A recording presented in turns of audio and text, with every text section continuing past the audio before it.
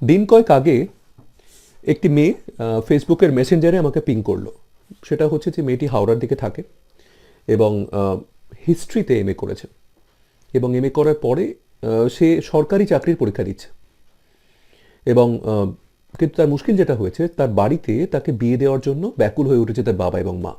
মেয়েটি আমাকে বলছে, দাদা আমি রোজগার করতে চাই, দাদা আমি চাকরি করতে চাই, কিন্তু মুশকিল হচ্ছে যে আমাকে তো একটু সময় দিতে হবে। আমি সরকারি চাকরির পরীক্ষা দিচ্ছি, রাজ্য সরকার এবং কেন্দ্রীয় সরকারের, কিন্তু সেই প্রিপারেশনটা নেওয়ার জন্য যদি আমাকে সময় না দেওয়া হয়, সারাক্ষণ যদি আমার বাড়িতে এরকম আমাকে বলা হয় যে তুই বিয়ে করে নে, সেটেল করাটা আগে দরকার, আমরা চলে গেলে তোকে কে দেখবে, তখন আমি ভীষণ কনফিউজড হয়ে পড়ছি এবং আমি খুব টেনশনে পড়ে যাচ্ছি। এবং আমাকে সারাক্ষণে আমার বাড়িতে বাবা মা আমাকে প্রেশার দিচ্ছে, আমার আশপাশের মানুষজন আত্মীয় স্বজন আমাকে প্রেশার দিচ্ছে, বলছে তুই বিয়ে করে নে। এখন এটা কিন্তু আমাদের বাস্তবতা, আমাদের এই ঘটনাগুলো ঘটছে।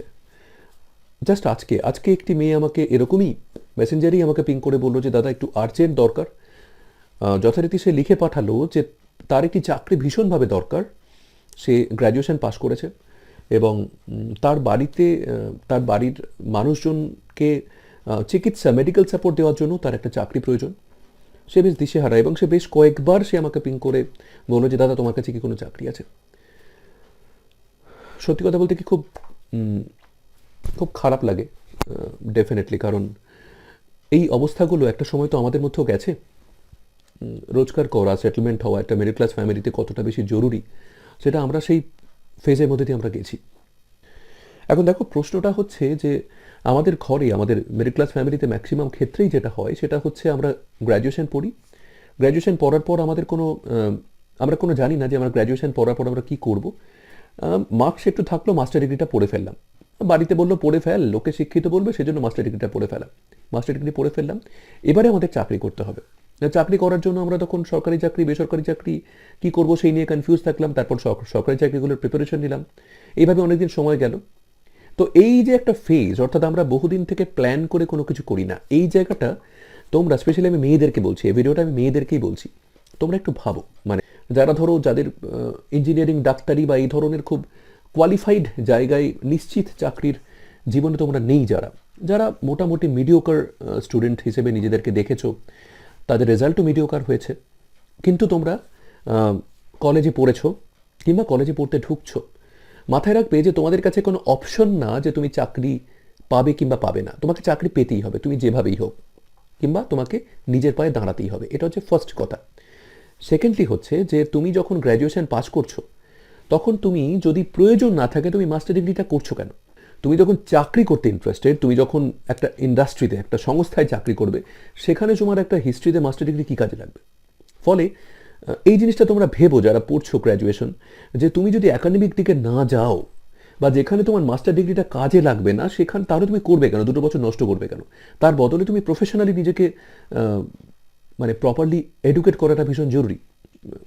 কেন্দ্রীয় সরকারি হোক, রাজ্য সরকারি হোক, তার একটা এজ লিমিট থাকে। এখন এটা নিশ্চয়ই তুমি ভাবছো না যে 40 বছর পর্যন্ত এজ লিমিট আছে, মানে আমি 40 বছর পর্যন্ত শুধু সেই চেষ্টাই করে যাব, তারপরে যদি না হয় তখন অন্য কিছু। সেটা নিশ্চয়ই তুমি ভাবছো না। প্রত্যেকেরই একটা সার্টেন গোল থাকে যে হ্যাঁ ঠিক আছে, আমি আগামী 4 বছর বা আগামী 3 বছর আমি কন্টিনিউয়াসলি সরকারি চাকরির পেছনে দেব, রাজ্য সরকারি হোক, কেন্দ্রীয় সরকারি হোক। যদি হলো খুব ভালো কথা, ব্যাকআপে যদি না হয় তাহলে আমি বেসরকারির দিকে ট্রাই করব। এখন যদি তুমি সরকারি চাকরিতে পেয়ে যাও, খুব ভালো কথা, কিন্তু তুমি যদি সরকারি চাকরিতে না পাও, তুমি যদি প্রথম থেকেই বেসরকারি চাকরিতেই ঢুকতে চাও, বা তোমার বাড়িতে হয়তো খুব আর্জেন্টলি চাকরি বাকরি করাটা দরকার গ্র্যাজুয়েশনের পরেই, তাহলে তোমাকে মনে রাখতে হবে, প্রথম যেটা তুমি নিজেকে জিজ্ঞেস করো যে তোমাকে চাকরিতে নেবে কেন। তোমাকে না বুঝতে হবে যে গোটা পৃথিবীর পরিবর্তনগুলো কী করে হচ্ছে এবং সেখানে তুমি কোথায় দাঁড়িয়ে আছো, তোমার কোন গুণটার জন্য তোমাকে কোনো চাকুরি দাতা তোমাকে চাকরিটা দেবে, সেইটা তোমার প্রথম প্রশ্ন। আমি চাকরি পাচ্ছি না, সেটা বড় প্রশ্ন নয়। তুমি যদি একটা সংস্থার সামনে গিয়ে দাঁড়াও, পৃথিবীর যে কোনো সংস্থা, ছোট সংস্থা বড় সংস্থা, তুমি ছোট সংস্থার কথায় ধরো, হয়তো কলকাতায় তুমি ধরে নাও যে তুমি ইনিশিয়ালি 5-6 হাজার টাকা বেতনের একটা চাকরি খুঁজছো, বা 10,000 টাকা বেতনের একটি মাঝারি থেকে ছোট সাইজের মিডলে যে কোম্পানিগুলো আছে, সেই কোম্পানিগুলো আলটিমেটলি একটা ব্যবসা করে। ব্যবসা করে মানে তার কিছু মানুষ লাগবে যারা তার অ্যাকাউন্টসটা দেখবে, হিসেব কিতেব, কত দাম দিয়ে আমি জিনিসপত্রগুলো কিনলাম, কত টাকার মাল বিক্রি হলো, এই যে অ্যাকাউন্টেন্সির হিসেবগুলো তারা রাখবে কিছু মানুষ। কিছু মানুষ থাকবে যারা জিনিসপত্রগুলোকে বিক্রি করবে, অর্থাৎ সেলস মার্কেটিংয়ের লোক। কিছু মানুষ থাকবে যারা হিউম্যান রিসোর্স এবং অ্যাডমিনিস্ট্রেটিভ কাজকর্ম করবে, যে এই এত কজন যে এমপ্লয়ি আছে তাদের স্যালারি দেওয়া, তাদের সেই স্যালারি ক্যালকুলেশন করা, বা কোনো কাগজপত্র এলো, সেই কাগজপত্রগুলো কোনো লিগ্যাল কাগজপত্র এলো, বা কোনো সোসাইটি থেকে কোনো কাগজপত্র এলো, সেগুলোকে ডিল করা, লয়ারের সঙ্গে ডিল করা, এই যে একটা অ্যাডমিনিস্ট্রেটিভ কাজকর্ম, সেই অ্যাডমিনিস্ট্রেটিভ কাজকর্মগুলো থাকে। এছাড়া রিসেপশনিস্ট থাকে, ক্লায়েন্টের সঙ্গে ডিরেক্টলি ইন্টারাকশন, বাইরে থেকে কেউ কোনো কিছু জিজ্ঞেস করতে এলো তখন সে বলছে। এই তো এই ধরনের 4-5টা ডিভিশনই তো থাকে পৃথিবীর যে কোনো কোম্পানিতেই, কিন্তু মোটামুটিভাবে এই ধরনের 4-5টা ডিভিশন। সেখানে তুমি কোনখানে পড়ো, তোমার ইন্টারেস্টের জন্য তুমি কোনখানে পড়ো। তুমি কি চটপটে মানুষ, বাইরে গিয়ে প্রচুর মানুষকে কথাবার্তা বলতে ভালোবাসো, প্রেজেন্টেশন দিতে, কাউকে বিক্রি করতে পারবে, তোমার যে কনফিডেন্সটা আছে, পৃথিবীর সব থেকে কঠিন কাজ হচ্ছে বিক্রি করা, তোমার যে কনফিডেন্সটা আছে যে তুমি কথাবার্তা বলে একজন মানুষকে একটা প্রোডাক্ট বিক্রি করতে পারবে, তুমি কি সেরকম মানুষ? প্রচুর আউটগোয়িং, প্রচুর মানুষের সঙ্গে কথা বলতে পারো, ঘরের মধ্যে কাজ করার থেকে বাইরে গিয়ে মানুষের সঙ্গে মিশে কাজ করতে পারো? প্রশ্ন করো, যদি তুমি সেই হও তাহলে তোমাকে সেলস মার্কেটিংয়ের দিকে যেতে হচ্ছে, যে তুমি সেখানে সেলস মার্কেটিংয়ের কাজ করছো। সেলস মার্কেটিংয়ের চাকরি বাজারে সবসময়ের জন্য স্টেডি, গ্রিন মার্কেট। যদি তুমি সেটা না হও তাহলে তোমার কাছে আছে অ্যাকাউন্টেন্সি, তোমার কাছে আছে অ্যাডমিনিস্ট্রেটিভ চাকরি। ওই যে তোমার ম্যাক্সিমাম ক্ষেত্রে আমি এই যে দুটো মেয়ের কথা বললাম, দুজনেই বলছিল যে আমরা, প্রথম মেয়েটি বলছিল যে সরকারি চাকরি না হলে আমি ডেস্ক জব খুঁজছি। এখন ডেস্ক জব বলতে কিন্তু অ্যাডমিনিস্ট্রেটিভ কাজ বলছে, হিউম্যান রিসোর্স এবং অ্যাডমিনিস্ট্রেটিভ কাজ বলছে। সেকেন্ড মেয়েটাও তাই ডেস্ক জব খুঁজছে, সেলসের কাজ খুঁজছে না। তো এই ডেস্ক জবের জন্য তোমাকে নিজেকে প্রশ্ন করতে হবে যে তোমাকে একটা কোম্পানি কেন নেবে, বা কোম্পানিতে কী ধরনের কাজ হয়। দেখো, কোম্পানিতে প্রধান যেটা থাকবে সে কম্পিউটারে করে, এখন আর হাতে কলমে কিছু হয় না। কম্পিউটারে কি করে তোমরা সবাই, অনেকেই দেখছি, এই দুজনও বললো যে দাদা আমরা কম্পিউটারে এই সার্টিফিকেট নিয়েছি। দেখো, তোমার সার্টিফিকেটের সত্যি কোনো দাম নেই, তুমি সার্টিফিকেটের মধ্যে কী করছো সেটার দাম আছে।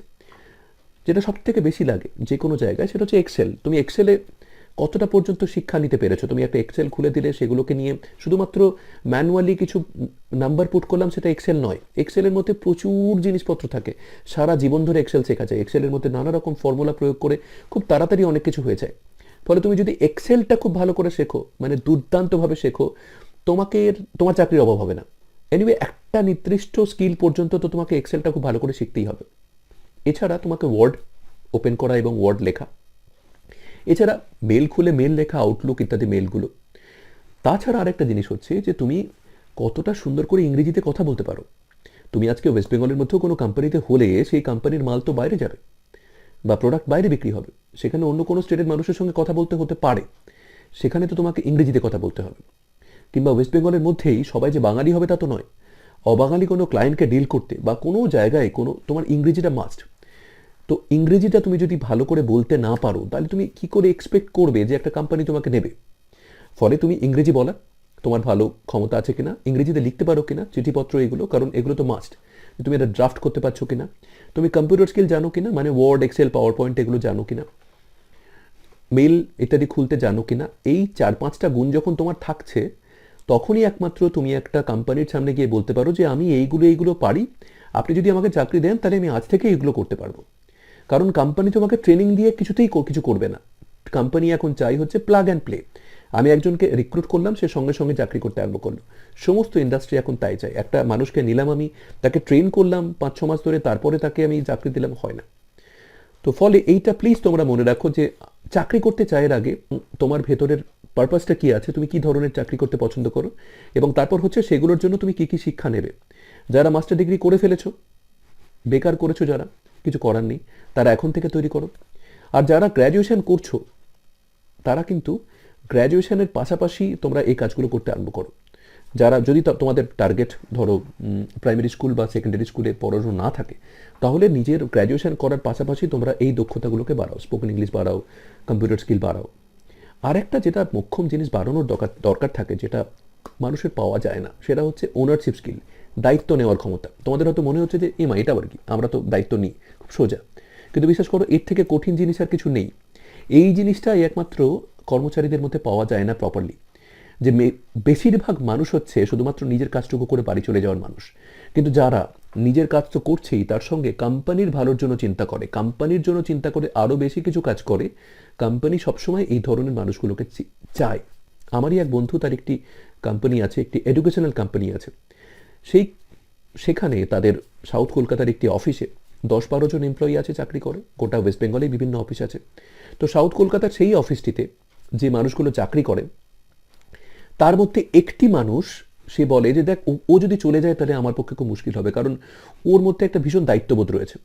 ওকে আমি দায়িত্ব দিলে ও সব কিছু পারে, ও ব্যাংকে গিয়ে টাকা ওরিয়েন্টেড সব কিছু করতে পারবে, ও কম্পিউটার খারাপ হয়ে গেলে সেটাও চেষ্টা করে, ওর ড্রাফটিং স্কিল ভালো, ও ভালো কথাবার্তা বলতে পারে, এবং প্রচুর জিনিস আমি না বলতেও করে ফেলে। এই যে না বলতেই করে ফেলা, সবসময় আমাকে কত টাকা দিচ্ছে সেই হিসেব না করে আমি একটা বিজনেসে কতটা দিতে পারছি এই মানসিকতা রেখে, বা এই আমি একটা সংস্থার জন্য কতটা দিতে পারছি এই মানসিকতা রেখে তুমি যদি কাজ করতে পারো তাহলে তোমার ওপর নজর পড়বে খুব তাড়াতাড়ি।